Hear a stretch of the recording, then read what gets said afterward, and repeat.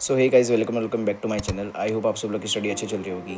So basically thumbnail देख के आपको पता चल ही गया होगा कि इस वीडियो में हम लोग किस बारे में बात करने वाले हैं। सो बिना किसी टाइम वेस्ट करे वीडियो को स्टार्ट करते हैं। Let's go.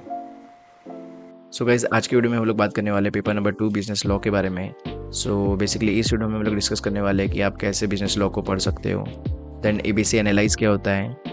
उसके बाद हम लोग बात करने वाले कुछ इंपॉर्टेंट टॉपिक्स के बारे में, और देन हम लोग बात करने वाले कुछ फैकल्टीज़ जो यूट्यूब पे अवेलेबल है आपके लिए लॉ के लिए बेस्ट, उनके बारे में। सो यस, एंड तक वीडियो देखना क्योंकि बहुत सारी इंपॉर्टेंट चीज़ें मैं इसके अंदर डिस्कस करने वाला हूँ। सो गाइस, अभी बात कर लेते हैं कि आपको बिजनेस स्टडी को किस वे में पढ़ना है। सो गाइस, आपको सबसे पहले उसका कंसेप्ट क्लियर करना है। जितना हो सके उतना आपको रिटन प्रैक्टिस करना है, क्योंकि रिटन प्रैक्टिस से ही लॉ पास होगा। पढ़े पढ़े तो लॉ बिल्कुल पास नहीं होने वाला है, क्योंकि आप जब लिखते हो तो आपको पता चलता है कि आपको आंसर किस वे में प्रेजेंट करना है और किस क्वेश्चन का कौन सा आंसर आएगा। So yes, written practice is must. Then आपको फोकस करना है पीवाईक्यू, एमटीपीज और आरटीपीज में, क्योंकि इसमें ही सारे नए नए क्वेश्चन आते रहते हैं। सो आपको एक आइडिया आएगा कि आईसीआई किस तरह से क्वेश्चन फ्रेम करके पूछता है। और आपको लॉ में रेगुलर रिवीजन करना ही पड़ेगा, क्योंकि इफ़ आपने एक बार पढ़ के छोड़ दिया देन आपको वो जल्दी रिटर्न नहीं होने वाला और आप उसे फिर से भूल जाओगे और फिर आपको वापस से पढ़ना पड़ेगा। सो यस, आपको रेगुलर रिवीजन रखना पड़ेगा लॉ के अंदर। सो गाइज, अभी फटाफट से बात कर लेते हैं एबीसी एनालाइज के बारे में। सो गाइज, जैसे कि आप देख सकते हो यहाँ पे मैंने जून 24 से लेके मई 25 तक जिस तरह से आपको पेपर में क्वेश्चंस आए थे उस तरह से मैंने मार्क्स डिस्ट्रीब्यूट कर दिए हैं। तो सबसे पहले बात कर लेते हैं इंडियन पार्टनरशिप एक्ट की। सो ये हर अटेम्प्ट में 20 मार्क्स का पूछा गया है। सो ये सितंबर में भी ये 20 मार्क्स का फॉर श्योर आने वाला है। देन बात कर लेते हैं सोगा की, सेल्स ऑफ गुड एक्ट। सो ये भी हर अटेम्प्ट में आपको 20 से 15 मार्क्स का पूछा गया है। सो ऑन एन एवरेज इसका भी 20 मार्क्स का वेटेज रहता है। देन बात कर लेते हैं कंपनीज एक्ट की। सो ये भी आपको 20 to 25 मार्क्स के लिए पूछा जाता है। सो सितंबर अटेम्प्ट में भी आप इसका 20 से लेकर 25 मार्क्स के बीच में क्वेश्चन एक्सपेक्ट कर सकते हो। देन बात कर लेते हैं छोटे छोटे चैप्टर की, जो कि आईएफआर है, जो कि 6 मार्क्स का हर अटेम्प्ट में पूछा जाता है। देन बात कर लेते हैं नेगोशिएबल इंस्ट्रूमेंट की। सो ये भी 14 मार्क्स का हर अटेम्प्ट में पूछा जाता है। देन बात कर लेते हैं एलएलपी की। सो ये भी 7 मार्क्स का हर अटेम्प्ट में पूछा जाता है।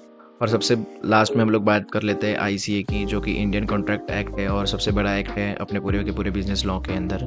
और ये टोटल मार्क्स कैरी करता है 35 मार्क्स, जो कि बहुत ज़्यादा होते हैं। सो गाइस, मैं आपको बताऊँ जो स्ट्रेटेजी मैंने फॉलो की थी वो मैंने इस तरह से की थी कि मैंने इंडियन पार्टनरशिप एक्ट, सोगा act, companies act, IFR, negotiable और एलएलपी बहुत अच्छे से करके गया था, क्योंकि मैं कॉन्ट्रैक्ट को जितने भी पढ़ने की कोशिश करता था उतना ही कॉन्ट्रैक्ट एक्ट मेरे से दूर जाता था। सो बेसिकली मैंने एक काम किया कि उसको मैंने पढ़ा ही नहीं, और बाकी जितने भी एक्ट थे मैंने वो बहुत अच्छे से पढ़े, उसके हर एक क्वेश्चन आंसर से लिख के प्रैक्टिस किए। नहीं तो भी कम से कम मैंने 150 से लेके 200-250 केस स्टडी लिख के प्रैक्टिस की, सारे के सारे क्वेश्चन आंसर लिख के प्रैक्टिस किए 1 से 2 बार, तब जाके ये सारे एक्ट मेरे इतने अच्छे से हुए और मैं एग्जाम में कॉन्फिडेंटली गया था, क्योंकि मुझे पता था मुझे आईसीए का कुछ नहीं आने वाला है, बट बाकी जो चैप्टर्स मैंने पढ़े हैं उस पर मैं पास हो सकता हूँ। पर एग्जैक्ट वही हुआ कि मैं लॉ में पास हो गया बिना आईसीआई पढ़े। सो यस, ये थी मेरी स्ट्रेटेजी जो मैंने फॉलो की थी। सो आप भी इस तरह से अपना कुछ कर सकते हो। सो गाइस, अभी बात कर लेते हैं कुछ इंपॉर्टेंट पॉइंट्स की। तो सबसे पहले मैं बात करता हूँ सेक्शन नंबर की। सो बहुत से मेरे भाई पूछते रहते हैं कि सेक्शन नंबर याद करके जाना चाहिए, सेक्शन नंबर लिख सकते हैं या नहीं। सो मैं बता दूं, आपको सेक्शन नंबर याद करने की कोई ज़रूरत नहीं है। इफ़ आपको याद है तो वेल एंड गुड, और इफ़ आपको सेक्शन नंबर याद नहीं है तो कोई बात नहीं। इफ़ आप सेक्शन नंबर नहीं लिखोगे तो भी आपके मार्क्स नहीं काटे जाएंगे। सो गाइस, अभी बात कर लेते हैं फैक्ट ऑफ द केस की। सो केस स्टडी के अंदर जो आपको फैक्ट ऑफ द केस समझाना होता है वो बहुत सारे स्टूडेंट छोड़ के आते हैं, बट मैं आपको रिकमेंड करूँगा कि उसको छोड़ के ना आए और लिखिए, क्योंकि उसके भी कहीं ना कहीं इंप्रेशन पड़ता है एग्जामिनर पर जो आपका पेपर चेक कर रहा है उस पर। नेक्स्ट बात करते हैं हेडिंग्स की, जो कि बहुत सारे स्टूडेंट का क्वेश्चन रहता है कि हम लोग अपने ओन वर्ड में आंसर लिख सकते हैं कि नहीं। सो मैं बता दूं, आप अपने ओन वर्ड में आंसर लिख सकते हो, बट मैं बता दूं जो आंसर की मेन हेडिंग रहेगी या प्रोविजन रहेगा वो थोड़ा सिमिलर होना चाहिए जैसे आपके आईसीआई बुक में दिया है। बाकी उसके अंदर का कंटेंट आप अपने मन से लिख सकते हो।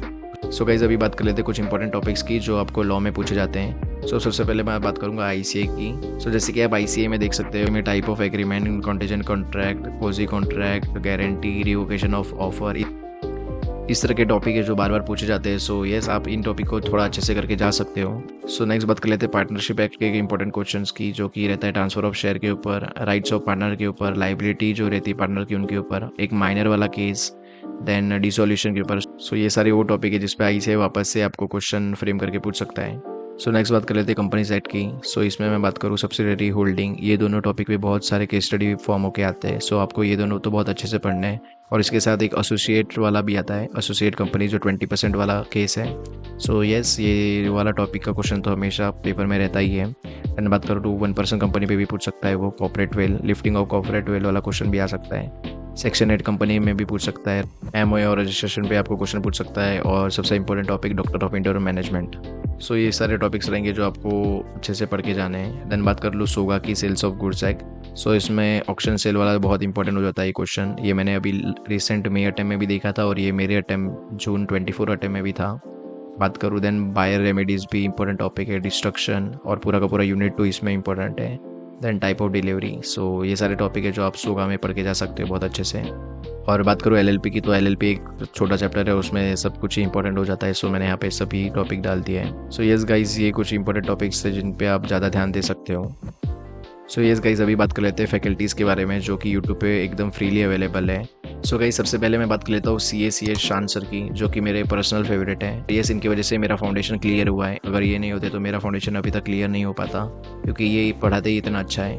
और मैं बात करूँ इनके एफ़र्ट्स की, सो जितना एक बच्चा अपने लॉ के पेपर के लिए एफ़र्ट नहीं डालता होगा, उतना ये सर डाल देते हैं कि बच्चों को पास कराने के लिए। सो यस, ये मस्ट रिकमेंडेड है आपके लिए शांतम सर की। इफ़ आपको शांतम सर जम जाते हैं, मतलब आपको उनका पढ़ाने का तरीका पसंद आ जाता है, तो आपको कोई और सर देखने की ज़रूरत ही नहीं है। जो मैंने बात की कि मैंने 200 से 300 के स्टडी एंड क्वेश्चन सॉल्विंग किए, सो वो मैंने ये सर के साथ ही किए थे। सो यस, इनके पूरे के पूरे लेक्चर्स यूट्यूब पे फ्री अवेलेबल है, और सर अपने साथ में हम लोग को कराते हैं। सो यस, नेक्स्ट बात कर लेते हैं गुरप्रीत सर की। सो इन सर की भी पूरी की पूरी प्लेलिस्ट यूट्यूब पे अवेलेबल है, मैं डिस्क्रिप्शन में लिंक दे दूँगा।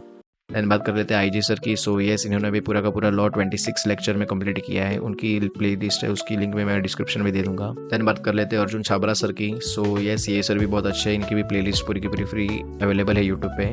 सो यस, ये सारी की सारी लिंक मैं आपको डिस्क्रिप्शन में दे दूंगा। सो यस गाइस, इस वीडियो के लिए इतना ही। इफ़ आपको ये सारे टेबल चाहिए होंगे तो आप डिस्क्रिप्शन में लिंक है, मेरा टेलीग्राम ग्रुप ज्वाइन कर लो, वहाँ पे ये सब अपलोड कर दूंगा। इफ़ आपको कोई भी डाउट होगा तो आप कमेंट सेक्शन में पूछ लेना, मैं उसका रिप्लाई आपको दे दूंगा।